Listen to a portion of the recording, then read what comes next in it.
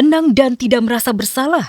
Begitulah ekspresi Ayu Puspita, pemilik wedding organizer Ayu Puspita Sejahtera dan pengelola vendor Medlift, ketika digeruduk massa di kawasan Kayu Putih, Matraman, Jakarta Timur, Selasa malam. Massa yang emosi karena telah ditipu dan dirugikan akibat pesta pernikahannya berantakan dan memalukan, meminta pertanggungjawaban kepada Ayu Puspita agar mengembalikan uang yang sudah mereka setor untuk acara pernikahan. Ibu tadi bilang sanggup untuk refund? Kita butuh uangnya kembali, 100%. Oke? Betul. Kita butuh itu. Nah, kalau ibu bilang bisa balikin 3 minggu, tapi dari work event, itu kita yakin nggak akan terjadi. Dugaan penipuan dan penggelapan yang dilakukan Ayu Puspita terungkap ke publik setelah viralnya beberapa video acara pesta pernikahan yang tidak terlaksana sesuai dengan kesepakatan, seperti peralatan resepsi yang kurang dan makanan yang tidak tersedia. Kamu udah menerima uang nih, terus kamu nggak melaksanakan tugas kamu, kayak mana maksud kamu? Ngenes, pasti ngenes banget. Apalagi yang berekspektasi pasti bukan cuma calon pengantin aja. Sekitar 200 pasangan yang telah dan akan melaksanakan pesta pernikahan menjadi korban dugaan penipuan dan penggelapan yang dilakukan Ayu Puspita. Nilainya ada yang puluhan juta hingga ratusan juta rupiah. Totalnya sangat fantastis, yakni mencapai 16 miliar rupiah. Mayoritas konsumen tergiur oleh bonus yang ditawarkan wedding organizer Ayu Puspita. Saya total pembayaran tuh sekitar 170-an, yang udah masuk sekitar 147 sih. Kita tuh diiming-imingi dengan banyak bonus-bonus, jadinya banyak yang tergiur lah. Kenapa bisa ratusan? Nah itu berarti dia dahsyat banget promonya dan dia akan memberikan bonus yang banyak tuh biasanya. Makanya klien-klien ini tertipu dan bisa bayar langsung. Satu persatu korban dugaan penipuan wedding organizer Ayu Puspita melapor ke polisi. Ayu selaku pemilik dan seorang karyawan berinisial ID sudah ditetapkan sebagai tersangka. Ayu yang sebelumnya dikenal sosok dermawan, kini harus mempertanggungjawabkan tindakannya. Sementara sang bos ditahan, kantor wedding organizer Ayu Puspita di kawasan Cipayung, Jakarta Timur tidak beroperasi lagi dan telah dipasang garis polisi. Saya nggak ingin berusaha, Mbak. Demi Allah, Mbak. Ya kalau kita kerja mah yang halal-halal aja, nggak usah pakai nipu-nipu orang kayak gitu. Diamankan di wilayah Jakarta Timur, ada pemilik, ada manajer, dan ada karyawan. Bismillahirrahmanirrahim. Pada hari ini, Selasa tanggal 9 Desember 2025, saya Harabdu bin Tohar Abdurrahim di hadapan Sidang Pengadilan Agama Jakarta Selatan menjatuhkan talak 1 raj'i terhadap istri saya bernama Irma Fatika Amraini binti Ivan Rusdiana.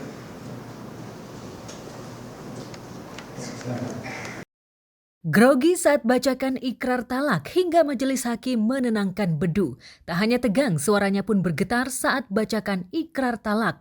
Padahal saat proses perceraian itu berlangsung, berkali-kali Bedu siap mengakhiri bahtera dengan Irma Kartika Anggraini dan sulit untuk bisa kembali.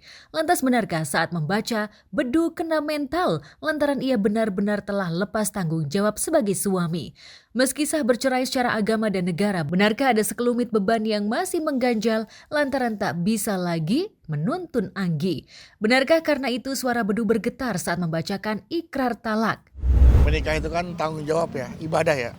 Artinya saya bertanggung jawab atas apa yang saya bawa dalam kehidupan saya. Saya menjadi pemimpin dalam rumah tangga saya.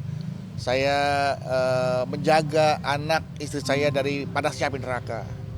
Nah, ketika saya bercerai, berpisah, seperti ada sesuatu yang bukan bebannya hilang ya, bukan, tapi artinya apakah setelah perpisahan ini mantan saya, istri saya tetap berada di track yang lurus gitu kan. Artinya saya berharap, berdoa semoga ya dia tetap ada di jalannya. Memantau istri kan, selama berumah tangga aja kadang-kadang kita masih lost, masih suka nggak terpantau, apalagi kita sudah tidak suami istri lagi. Karena yang saya khawatirkan adalah anak-anak aja sih. Tengah hamil besar, memasuki usia 7 bulan, Lesti Kejora nekat terjun langsung melihat pedihnya korban bencana banjir bandang yang melanda wilayah Tanjung Pura, Kabupaten Langkat, Sumatera Utara. Kehadiran Lesti dengan ditemani sang suami Rizky Bilar ini tak hanya membawa bantuan berupa materi, tetapi juga semangat dan menghibur untuk para korban. Lantaran Lesti mengaku pernah tidur di pengungsian gara-gara banjir.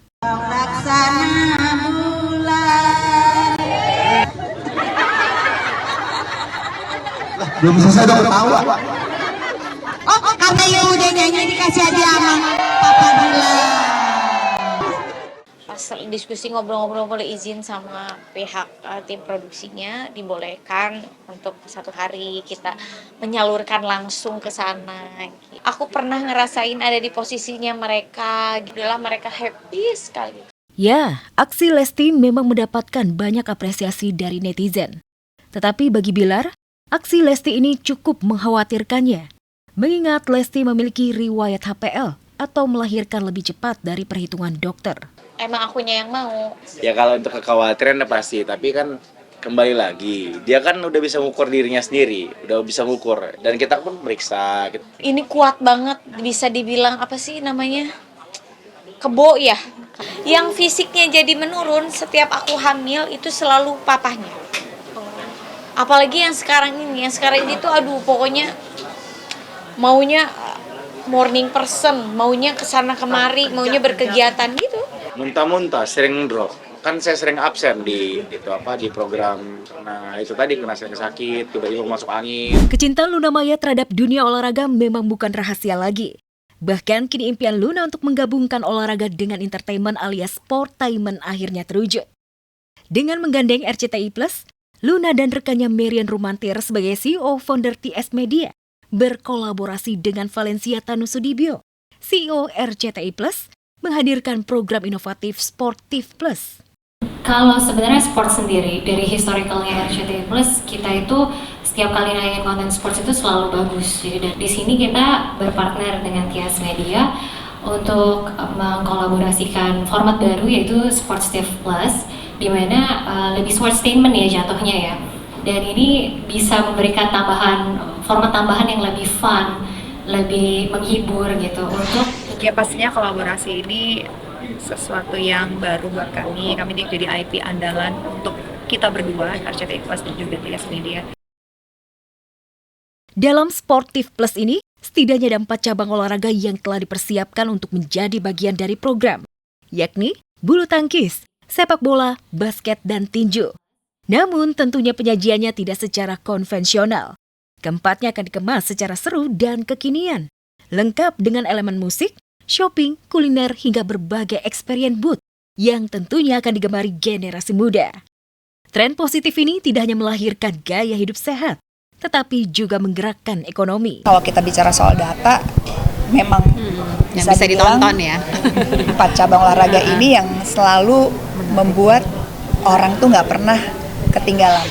Anak-anak muda sangat melihat sport sebagai salah satu outlet untuk bisa menghilangkan stres, berkomunitas, bertemu dengan teman-teman gitu kan.